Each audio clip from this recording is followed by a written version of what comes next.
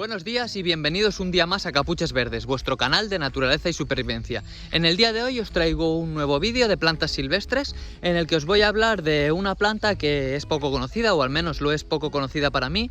No tenía conocimiento de ella hasta que recientemente la he descubierto y me parece una planta bastante interesante. No tiene muchas finalidades a nivel de supervivencia, alguna tiene, evidentemente, si no, no saldría en el canal, pero tiene pocas propiedades, ya que algunas son incluso contraproducentes, pero bueno, ya hablaremos de ella durante el vídeo. La planta es el Lechium vulgaris, es el nombre científico que tiene, pero comúnmente es conocida como víbora o lengua víbora. Supongo que atribuye el nombre a sus pistilos, que tienen así como como si fuese la lengua de una serpiente, salen así como bifurcados. No enfoca bien, espera un momento.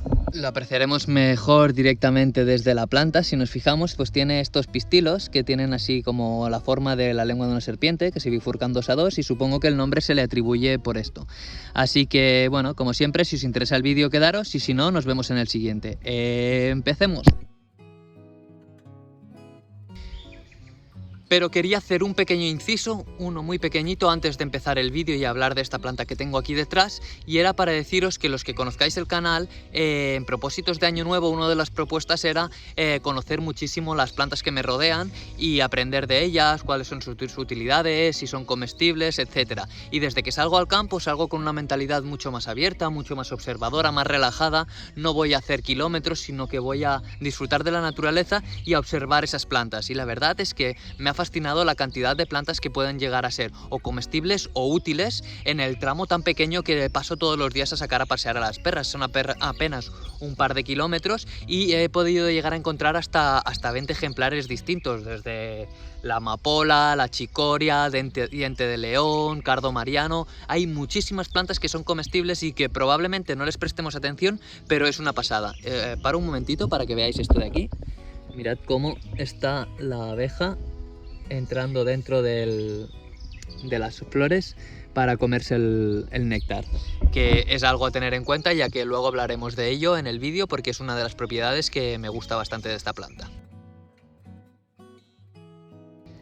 Pero antes de ponernos a hablar de las utilidades que puede llegar a tener esta planta, lo que vamos a hacer es aprender a identificarla.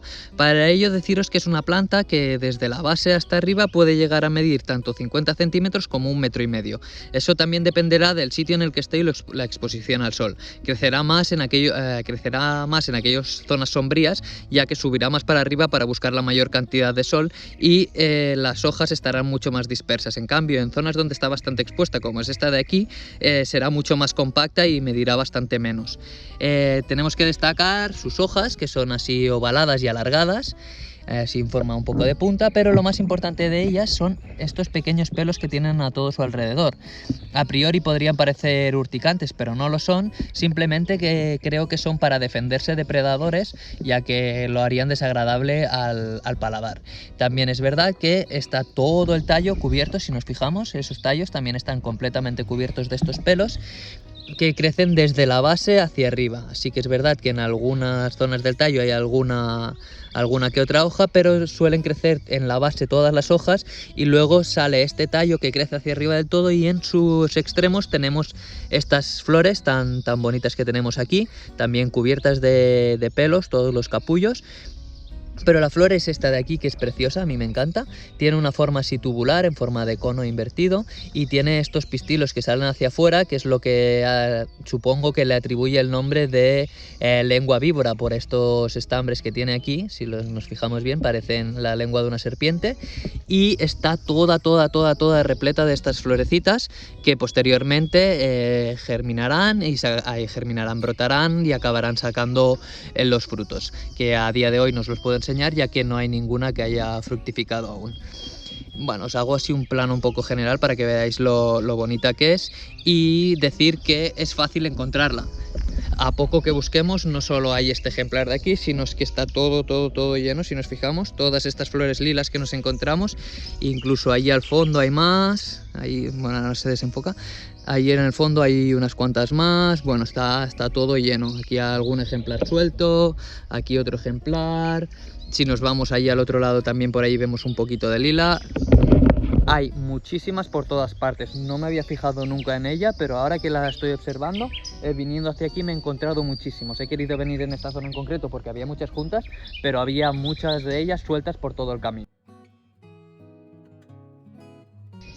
Esta planta de aquí, si hablamos de su hábitat natural, es originaria a nivel geográfico de todo el continente europeo, pero además se extendió durante muchos años por varios continentes por su extremada belleza, y se han encontrado ejemplares tanto en Australia, Nueva Zelanda, Sudáfrica y algunas islas del Pacífico. La verdad es que en muchos sitios se ha llevado, pero no ha crecido con éxito, pero ahora en estas zonas que os he mencionado anteriormente crece como de forma autóctona. Es una planta que prefiere climas templados, aunque la verdad es que en la región en la que yo me encuentro las temperaturas son bastante extremas. Podemos estar a menos 10 grados bajo cero perfectamente en invierno y a 35 o 40 grados en verano, pero prefiere eso, unos climas un poco más templados. Crece también muy bien en zonas costeras porque tiene la propiedad de que es muy adaptable al terreno y acepta bien los suelos con bastante salitre, con bastante sal. También crece en pastizales, praderas y, como en este caso, en terrenos baldíos o bordes de caminos. Si hablamos del valor nutricional de esta planta, debemos diferenciar dos partes. La primera parte serían las hojas más jóvenes, que a día de hoy prácticamente no quedan, ya que tras florecer maduran muy rápido, pero si consumimos estas hojas jóvenes estaremos consumiendo grandes cantidades de vitamina C, vitamina A y algunos grupos de la vitamina B. Además, de forma un poco más insignificante, también estaríamos consumiendo fósforo, potasio, magnesio y una pequeña cantidad de hierro. Y luego pasaríamos a lo que vienen siendo las flores, que son ricas en antioxidantes que nos ayudan a proteger a nuestro cuerpo de los radicales libres. Pero ahora pasaremos a hablar de la importancia de esta planta a nivel de supervivencia. Sí que es verdad que tiene unos pocos usos y hay que tomar ciertas precauciones porque es una planta que puede crear alergenos debido a sus pelos, así que a la hora de usarla, de manipularla, lo haremos con cuidado y de forma progresiva. La primera ingesta que hagamos de ella, si la usamos a nivel de alimentación, deberá ser pequeña y poco a poco iremos aumentando la cantidad si vemos que los alergenos no nos afectan. También de decir que hay muy pocos estudios de esta planta, así que la información que se ha podido extraer de ella es bastante escasa, pero tiene varios usos de los que hablaremos a continuación. El primer de los usos es la alimentación. Como ya os he mencionado antes, podíamos comernos dos partes, que eran tanto las hojas, sobre todo las más jóvenes, como las flores. A nivel de las hojas debemos tener cuidado porque tienen estos pelos urticantes que son bastante molestos y que pueden generar a ciertas personas reacciones alérgicas. Como os he dicho, lo mejor es probarlas poco a poco. Primera parte sería probarlo en zonas de la piel y ver si nos hace una reacción alérgica. Después la probaríamos en las mucosas, en los labios, a ver si nos reacciona en la boca. Luego la introduciríamos dentro de la boca a ver si hay reacción en la lengua, pero sin llegarla a ingerir. Y por último ya la podríamos consumir. Yo llevo varios días consumiéndola y la verdad es que no he tenido ningún tipo de reacción alérgica, pero ya sabéis que para eso depende de cada persona. Si comemos la planta hay un problema, ahora os lo menciono. El problema de esta planta son estos pelos que tiene alrededor, que son bastante molestos a la hora de comer. A diferencia de otras plantas que amargan cuando salen las flores, esta no amarga, el sabor no es desagradable. El problema es que tenemos esos pequeños pinchazos constantes en la boca que pueden llegar a ser molestos, pero se pueden llegar a consumir. Pero la mejor manera de hacerlo es, como siempre, con una ebullición. Lo podemos poner en guisos, lo podemos poner en tortillas, lo podemos poner en diferentes platos, siempre y cuando haya pasado un proceso de ebullición que le hará mucho más agradable al paladar. Y por otro lado tenemos las flores, que es lo que más me ha gustado con diferencia. Las flores tienen una curiosidad muy interesante, no pasa en todas ellas porque ya se ha extraído el néctar por ciertas abejas, pero en el interior hay una pequeña minúscula gota de néctar que deja un sabor súper agradable a la boca. Eso no pasa en todas, pero esa pequeñita gota, si la encontramos, deja un sabor muy agradable. Yo lo que hago es arranco la pequeña florecita y introduzco la lengua, la puntita de la lengua, en el interior de la flor, De ese modo es mucho más fácil que yo pueda saborearla.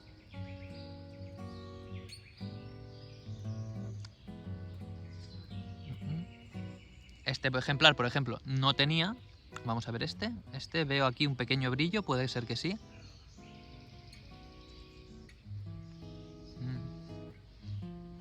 Esta sí. Es un gustito muy suave, muy agradable, que tiene un sabor bastante dulce. Y la verdad es que de esto yo he estado comiendo estos días un montón de flores de estas. Las podemos comer sin ningún problema, no tienen un sabor desagradable, tampoco tienen el gran sabor, no os vayáis a pensar que son la panacea, pero tienen un sabor bastante neutro. Esto hace que podamos decorar nuestros platos y nuestras ensaladas con nuestra planta, que no le darán ningún diferencial a nivel de sabor, como ya decía, pero bueno, tienen esos antioxidantes que os he mencionado anteriormente y las podemos consumir casi sin peligro. Sí que es verdad que es mejor hacer primeras ingestas poquito a poquito por si pudiéramos llegar a tener algún tipo de reacción alérgica. Otra faceta o otra propiedad interesante de esta planta es las propiedades medicinales. Aunque no voy a profundizar mucho en ella, ya que no hay casi estudios, apenas estudios sobre los efectos de esta planta, pero sí que es verdad que en medicina tradicional se había utilizado tanto como expectorante, como antiinflamatorio, como diurético. O sea, si tenemos problemas diuréticos, la podemos utilizar. Si tenemos problemas de inflamación, también la podemos utilizar. Si tenemos problemas respiratorios, como expectorante para abrir nuestros pulmones, también la podemos utilizar, pero no hay estudios que lo avalen y además hay que tener en cuenta los riesgos que tienen una alergia a esta planta. Por ello os digo que es mejor exponerse primero y luego, ya habiéndonos expuesto y sabiendo que no tenemos reacciones alérgicas, realmente utilizarla. Pero como os digo siempre, vigilad con las medicinas alternativas y cómo las utilizamos. Y yo no me hago responsable del uso que hagáis vosotros de este tipo de plantas. Yo siempre os hago responsable a vosotros y que usemos el cerebro, usemos la cabeza para pensar antes de actuar y no hagamos caso a todo lo que vemos. Intentemos leer más allá, informarnos un poco, hablar con médicos, con herbolisterías, con gente que sepa realmente del tema y que nos pueda explicar, porque cada caso es un mundo, todos somos diferentes y no a todo el mundo nos afecta de forma igual. Y hay plantas que, según qué patología tengamos, pueden ser contraindicadas para esa patología. Por ello es importante que nos informemos. Pero el uso más importante, con diferencia, que aún y así debemos tener en cuenta las posibles reacciones alérgicas que nos pueda dar, es el uso como ahuyentador de mosquitos. El olor que desprenden sus flores es bastante desagradable y el podérnoslo aplicar en la piel, coger estas florecitas y aplicarlas en la piel, esto hace que sea bastante desagradable. No es un olor que nosotros podamos percibir, pero sí que molesta a los mosquitos y eso evita que podamos ser atacados por ellos, lo que nos dejará dormir más tranquilamente. Simplemente arrancamos varias flores y, como ya he hecho ahora, nos las frotamos todo lo que podamos, extrayendo esa pequeña cantidad de líquido que tiene, que nos dejará este aroma que repelerá los olores de los mosquitos. Vale, como conclusión de esta planta, a nivel alimenticio, la verdad es que el aporte es pequeño, pero bueno, es un aporte más a tener en cuenta. Si no tenemos nada, tenemos el estómago completamente vacío, consumir esta planta pues nos puede dar ese pequeño aporte extra que no nos dará otra cosa porque no tenemos nada más. Pero para ello lo que tenemos que hacer es un trabajo previo. ¿Cuál es el trabajo ese previo que tenemos que hacer? El conocer la planta, localizarla. Una vez la hemos localizado, probarla, hacer las diferentes pruebas para ver si realmente somos o no somos alérgicos, si nos genera algún tipo de malestar, y así, la vez que salgamos al campo y la situación de supervivencia sea real, poderla utilizar. Porque el problema real que podemos llegar a tener es que nos haga una reacción alérgica, estemos en una situación real de supervivencia y nos empeore. Y que empeore la situación en una situación real de supervivencia no es para nada agradable y puede acabar con un desastre mucho más grande del que estábamos tratando de evitar. Pero lo que sí que me ha gustado y me ha encantado es el hecho de que sea un gran repelente de mosquitos. Lo estuve probando, pasando por una zona. No soy una persona muy propensa a ser picada, pero la verdad es que estuve pasando por una zona en que había bastantes mosquitos, me empapé bastante bien y no tuve ninguna picada. ¿Fue casualidad? No lo sé. Hay estudios que avalan que sí, que esta pequeña fragancia que dejan evita que los mosquitos te piquen, y para mí eso es muy significativo. Porque cuando salimos al campo, si nos encontramos en una situación de supervivencia y durante la noche nos están acribillando los mosquitos, no podremos dormir. Es muy desagradable ser picado constantemente por los mosquitos. ¿Y qué hace? Que no descansemos bien. Y cuando no estamos cansados, cuando estamos muy fatigados, lo que hacemos es no pensar con claridad. Al no pensar con claridad, la situación de riesgo puede ser mucho peor. Si estamos con la mente tranquila, la mente relajada, podemos pensar con muchísima más claridad. Nuestras acciones nos llevarán a mejor buen término que si intentamos actuar a lo loco y estamos cansados y estamos malhumorados. Un buen estado mental nos ayuda, y el buen estado mental se cultiva durmiendo bien. Así que poder evitar los mosquitos es bastante guay por parte de esta planta. Si os ha gustado el vídeo, darle like, suscribiros. Por aquí tenéis la campanita que os notifica próximos vídeos. Abajo la cajita de los comentarios con consejos, preguntas y sugerencias. Y como siempre, hasta luego.